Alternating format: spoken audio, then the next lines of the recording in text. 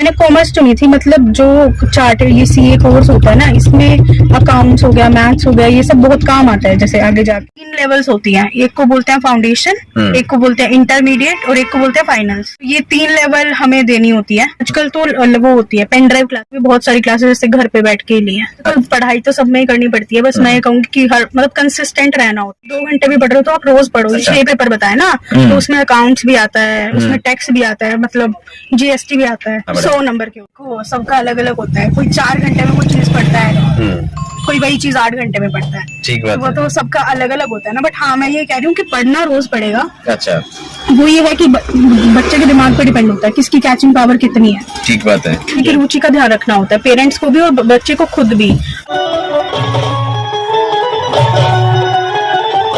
नमस्कार, कार्यक्रम देखने वाले सारे बान भैया ने का केतवा संजय ढांडा की राम राम।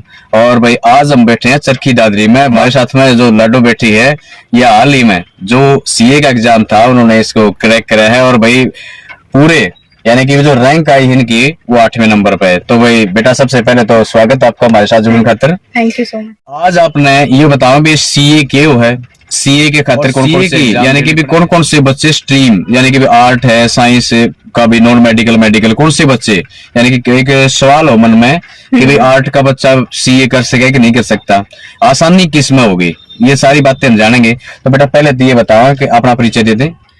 तो मेरा नाम प्रियांशी गोयल है और मैं चरखी दादरी में रहने वाली हूँ।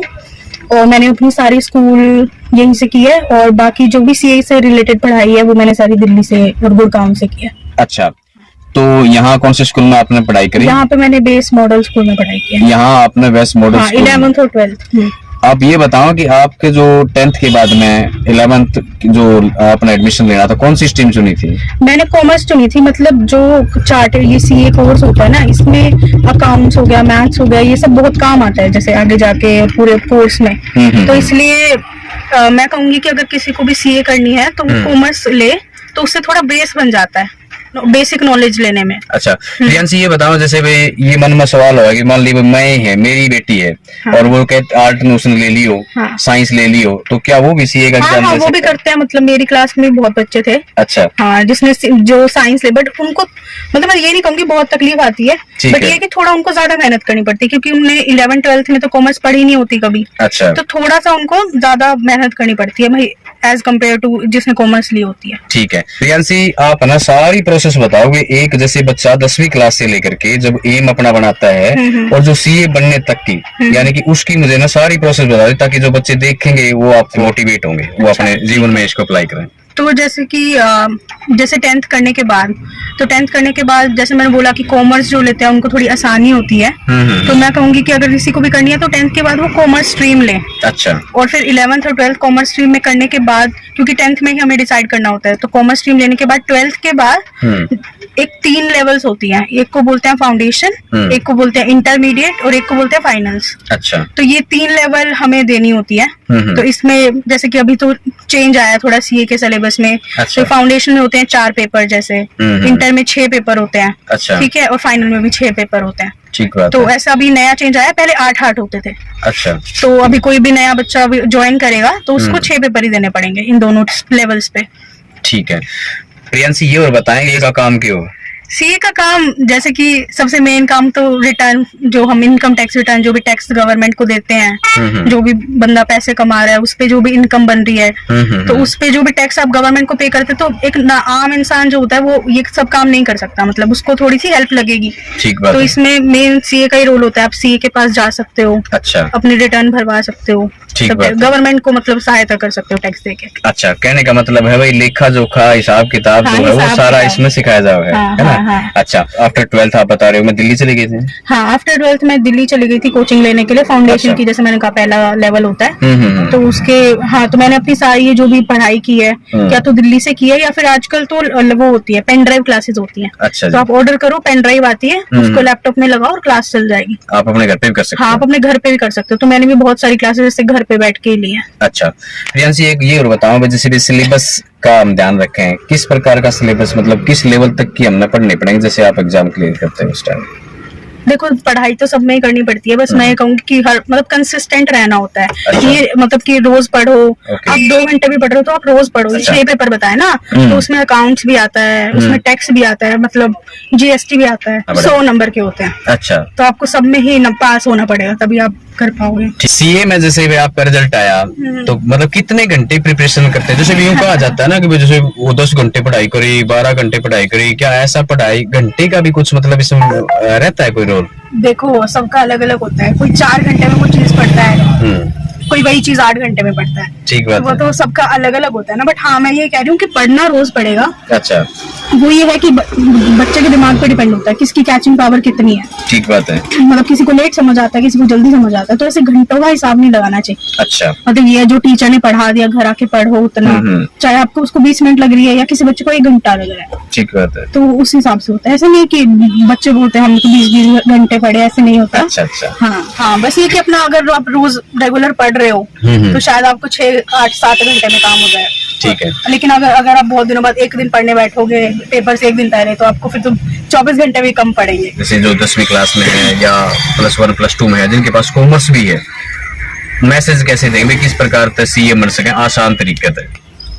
मैं ये बोलूंगी कि बस रोज पढ़ना है, किसी भी अच्छे टीचर से क्लास लो, ठीक है, बस आपको रोज रेगुलर पढ़ना पड़ेगा उसके लिए। और मतलब ये कि जैसे मैं करती थी कि नोट्स बनाती थी हर चीज के, मतलब मेरी शुरू से आदत है। अच्छा, तो मैं टीचर बता रहा है घर आके उसके अपनी हैंड राइटिंग में नोट्स बनाना, तो वो बहुत हेल्प करता है जैसे पेपर से पहले, क्योंकि आपको अपनी राइटिंग में लिखी हुई चीजें ज्यादा समझ ज्यादा और जल्दी पढ़ सकते हैं तो वो बहुत हेल्प करती थी चीजों को याद करने में, बार बार रिवाइज करने में। ठीक है। तो यही बोलूंगी मैं। आजकल जो सोशल मीडिया है जैसे हम इसका, तो इसका इस्तेमाल मतलब हमारे लिए कोई खतरनाक है? मतलब ऐसा नहीं है कि बहुत खराब चीज है, बट हाँ एक लिमिट में होनी चाहिए। क्योंकि अब देखो मैं भी जैसे था कि कुछ समझ नहीं आ रहा है, तो यूट्यूब पे कोई वीडियो चला रही किसी अच्छे टीचर की, कुछ समझ लिया तो हाँ, तो उस चीज के लिए ठीक है। ऐसा नहीं था कि मैंने कभी फोन नहीं चलाया, मैं अपना आराम से इंजॉयमेंट भी मेरा टाइम था कि कभी खाना खाते टाइम या कैसे भी, मतलब कुछ भी है, कुछ भी मतलब आपकी मनपसंद सॉन्ग सुन लिए या कुछ भी कर लिया, तो ऐसा नहीं है। बट हाँ एक लिमिट में होना चाहिए। ठीक बात है। तो ये नहीं कि आप रोज मतलब 4-5 घंटे आप फोन में स्पेंड कर रहे हो। मतलब ये है कि भी जो आपके काम की चीज है उस पर आप ध्यान रखो। तो नहीं, बिना काम की चीजों पे भी आप कर सकते हो, बट एक लिमिट में कर सकते हो। लिमिट में, ठीक बात है। तो आपका फर्स्ट अटेम्प्ट में ही आपने क्लियर किया या जैसे? हाँ, ये मेरा फर्स्ट अटेम्प्ट ही था। अच्छा, तो कितनी खुशी महसूस हो रही है भाई आपको जैसे? हाँ, खुशी तो बहुत हो रही है। रैंक कौन सा था आपका? मेरा ये इसी में फाइनल में मेरा 8वीं रैंक थी, और जैसे फाउंडेशन भी था उसमें भी मेरी 49 रैंक आई थी। बहुत बढ़िया। जैसा कि मैंने बताया था, आज हम गाड़ी में इसलिए बैठे हैं, मजबूरी है। क्यों प्रियांशी? बाहर आ रही बारिश, और इस चक्कर में हम सोचा भाई गाड़ी में बैठ जाते हैं, 5-10 मिनट बात कर लेंगे यहीं पे। हाँ, बताओ जी प्रियांशी के बारे में बताएं। प्रियांशी कैसी शुरुआत से कैसी लड़की थी, किस प्रकार से आप इनको इस पे उम्मीद रखते थे? क्या ये सीए का पहले ही आपका टारगेट था कि इसको सीए बनाना है? ऐसा है, जिस बच्चे की पढ़ाई में जिस लाइन में रुचि होती हो, हाँ, उस बच्चे को उसी लाइन में जाना चाहिए। पेरेंट्स अगर मान लीजिए कहे भी कोई और दूसरी लाइन इसको पास करवानी है, कोई IAS करवानी है, IPS करवानी है, तो उससे कोई फायदा नहीं होता। सबसे पहले बच्चे की रुचि देखनी होती है, बच्चे की रुचि किस लाइन में है, और जिस लाइन में उसकी रुचि होती है उसी में वो कामयाब होता है। ये हमारी बेटिया तो शुरू से काफी इंटेलिजेंट थी, और इसका जो है मामा जो है वो सीए है। अच्छा, तो इनको सीए में ही रुचि थी, इसीलिए शुरू से ही। और इसकी छोटी जो बहन है वो भी सीए कर रही है, और ये 2 बहन है, एक इसका भाई है छोटा। अच्छा, अभी वो स्कूल में है। तो इसके चाचा की 2 लड़की है, उनमें से एक लड़की सीए कर रही है और एक इंजीनियरिंग कर रही है। अच्छा जी। तो चारों ही बिटिया जो है ना काफी इंटेलिजेंट है, और जिस चीज में इनकी रुचि थी उसमें इन्होंने पूरी मेहनत करके अच्छी कामयाबी मिली। मेहनत कभी निष्फल नहीं जाती। ठीक बात है, बिल्कुल सही कह रहे हो। मैं यही कहूँगा। तो जैसे कि मेरे दादाजी ने कहा कि बच्चे की रुचि का ध्यान रखना होता है, पेरेंट्स को भी और बच्चे को खुद भी। अगर मान लो पेरेंट्स बोल भी रहे हैं, क्योंकि हर एक पेरेंट की ख्वाहिश होती है कि हमारा बच्चा ये बने, तो वो तो बोलेंगे, बट आप उनको बताओ कि मेरा इंटरेस्ट इस चीज में है, तो आपको वो कभी मना नहीं करेंगे।